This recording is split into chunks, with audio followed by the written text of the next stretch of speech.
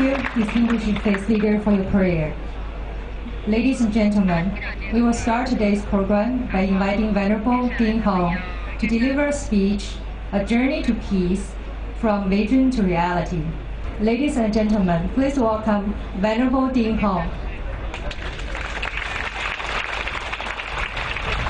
다시는 야다테 사메 가라야나 가마나 미 그간 후제 딩홍 Swami.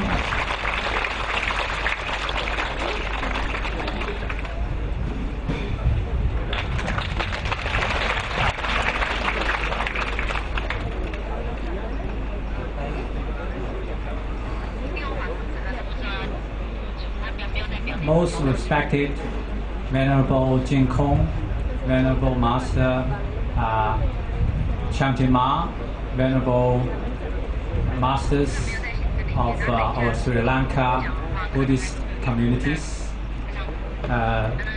respected religious leaders, and all the distinguished guests, especially our distinguished excellencies, ambassadors from UNESCO, Mrs. Kathleen Bobbier, President of the General Conference of UNESCO, and good afternoon to all of you. Amitofo. Thank you for giving me the opportunity to speak about the theme on the intercultural interfaith dialogues. This has been the teaching of our most venerable master Jingkong, our great teacher for years. And I had the fortune and privilege of following him, studying under his guidance for 20 years. And I wish to take 15 minutes to share some of my learning under his guidance on building peace through interfaith dialogues, uniting religions, and promoting religious education. As we all know, we are facing crises in the world. There are all kinds of natural crises, like tsunamis, earthquakes, etc. And also we are facing man-made disasters like wars, terrorism, etc. What are the root causes of this crisis? In Buddhism, we learn that the root causes is not outside, but is in here. It's in our mind.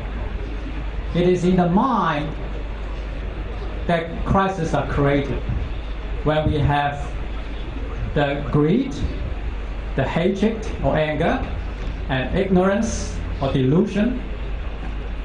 These bad thoughts, evil thoughts, will give rise to crisis. Buddha taught us that the entire universe is just the creation of our mind. So in order to change the world, to change the universe, we should start with changing our mind.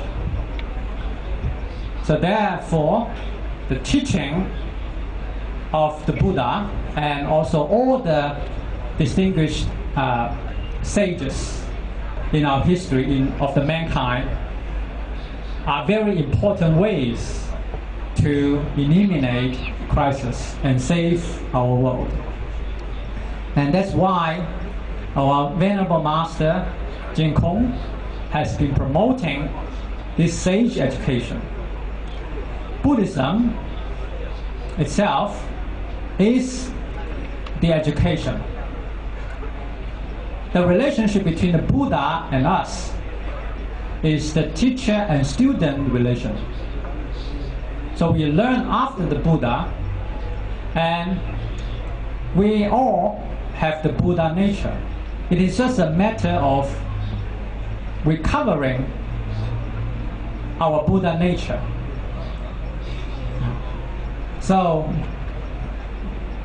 last year, I decided to resign my position and follow Master and engage in the full-time teaching in Buddhism and also in traditional culture education.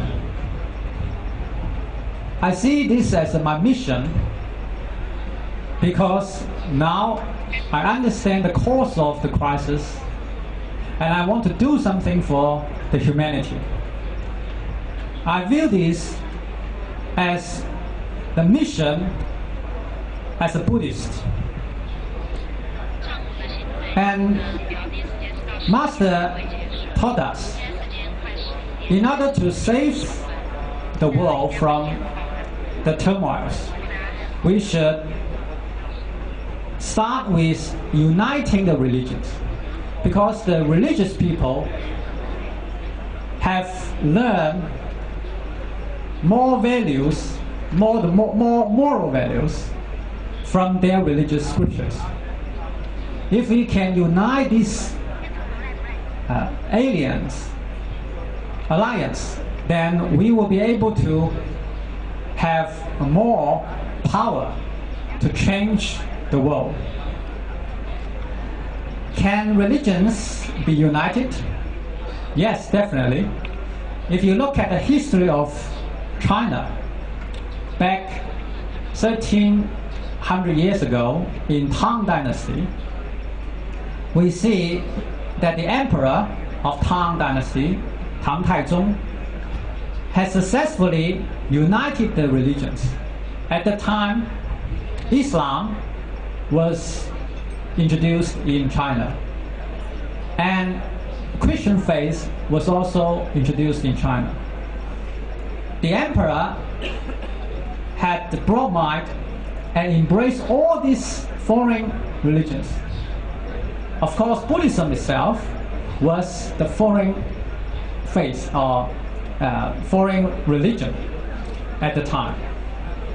And the emperor was successful in uniting all these different faiths and integrate these foreign faiths into the traditional culture of Confucianism and Taoism, etc.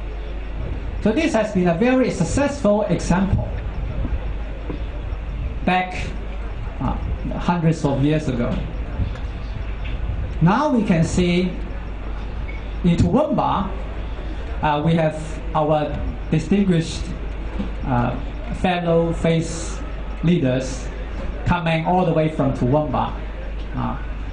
They have been working very hard together to get along with each other and discuss our faith and discuss the ways to promote the religious education towards the citizens in Toowoomba.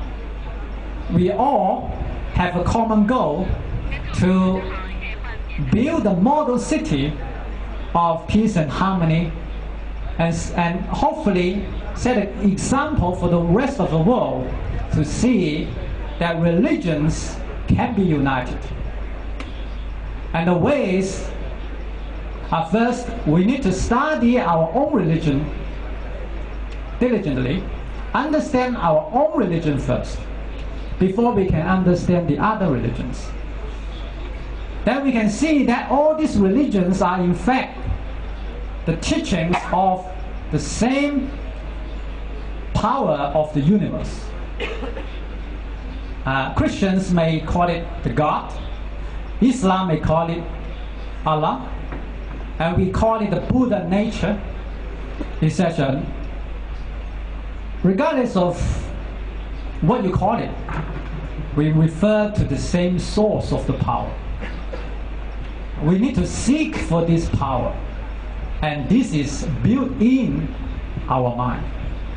And we can recover it, and we can use this power and unite all the faiths and religions, and we can help the world to become much better.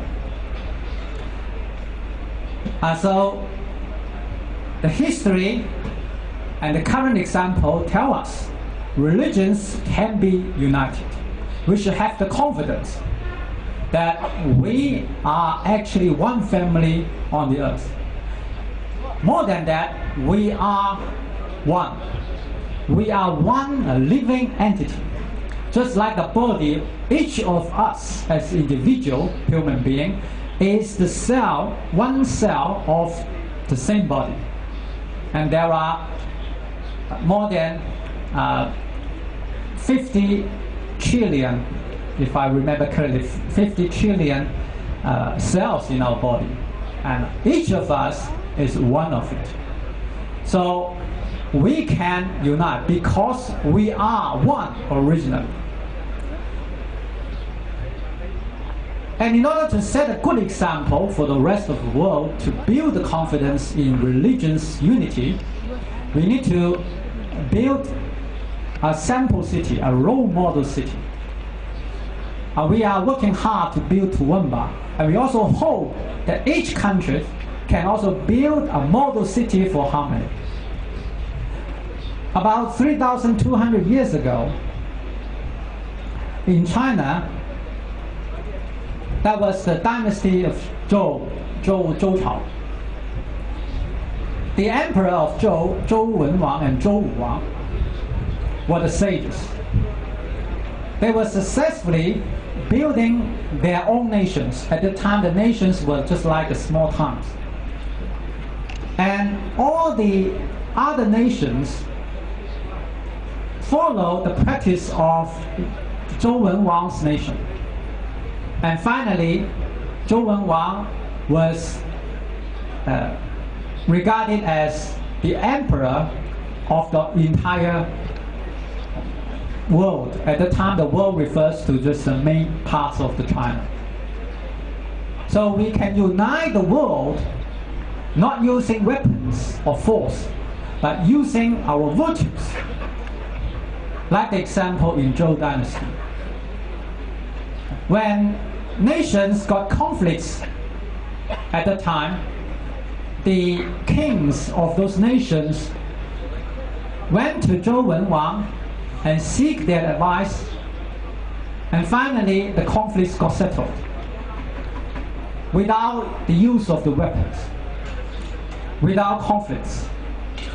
So if we can build such a model city, and hopefully we build a model country of peace and harmony, this will have great influence on the world, and it will play a leading role in building peace and harmony. We are hoping that Sri Lanka can take the lead. And if this can be accepted, we of course be willing to help with our full resources. Because this is not just the matter of one country, it is the matter of our whole world, of mankind. So we should embrace all ethnic groups, all religions, and all nations. And Venerable Master has such a broad mind. That's why wherever he goes, he's well received by all faith leaders, not only Buddhist leaders, but also other faiths, and also our UNESCO ambassadors. You can see Venerable Master has no other power, but he has such a virtue, which every one of us has.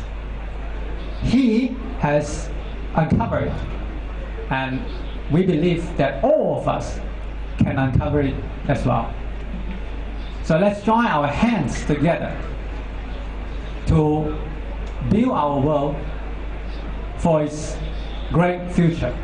We believe harmonious world can be achieved with everyone's effort. Thank you very much.